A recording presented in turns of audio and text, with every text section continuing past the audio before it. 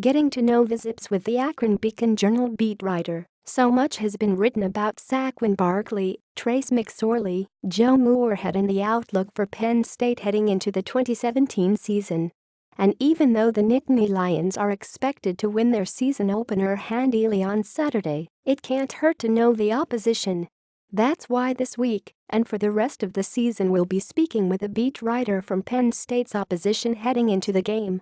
We caught up with George M. Thomas of the Akron Beacon Journal for his thoughts on the Zips and what challenges they can pose Penn State's prolific offense. In general, what are the expectations for Akron this year? Are they high or low? For those in the program, expectations are high. But every coach is going to tell you that to start the season. I think those around the program who aren't directly involved with coaching or playing, there's a wait-and-see attitude in general. For all practical purposes, Akron had that bowl season in 2015, but they took a step back last year. They took that step back primarily due to injury, but by the same token, there has to be a next man up mentality on the team, and the guys behind the starters didn't step up. I'm interested in seeing what's going to happen. I can't put my thumb on them. Seriously.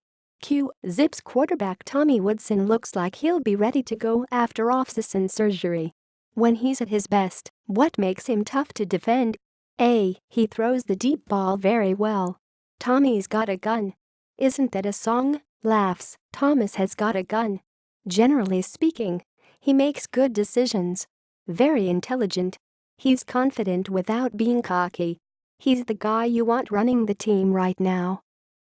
So are the players surrounding Tommy on offense. Who's that one guy who could give Penn State reason to worry? Number 1, the offensive line returns 4 of 5 starters, so that's a good sign right there. The big question is at wide receiver. They lost Jerome Lane and JoJo Natson to the NFL. They're with New York Giants and Indianapolis, respectively. But here it is, you're going to need to look for running back Warren Ball, who's got a 6th year of eligibility. He's a graduate transfer from Ohio State, couldn't crack the lineup there. And he went down to injury last year, but when he went down, he was averaging 7.2 yards per pop. This isn't fluky stuff. He's a powerful runner. He made SI's freak list. The kid is cut, very speedy and very strong.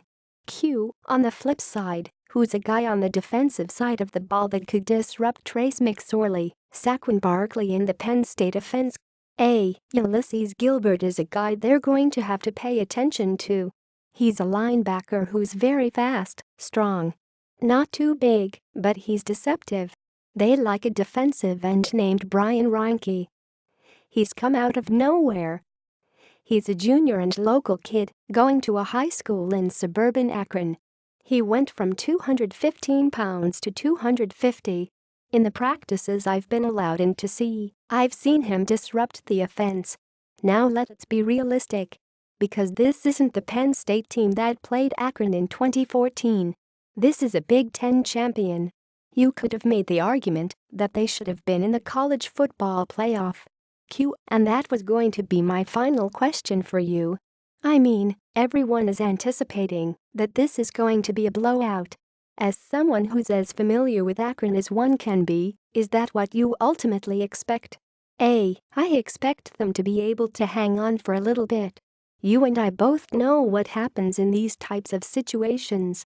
You'll get a team that can put together a couple of drives, has 1 or 2 nice defensive stops, they get hyped up, and eventually the team that's obviously superior wakes up. I'm not trying to put Akron down. But I've been covering college football for 10 years and watching for 47. Laughs. It's always played out this way.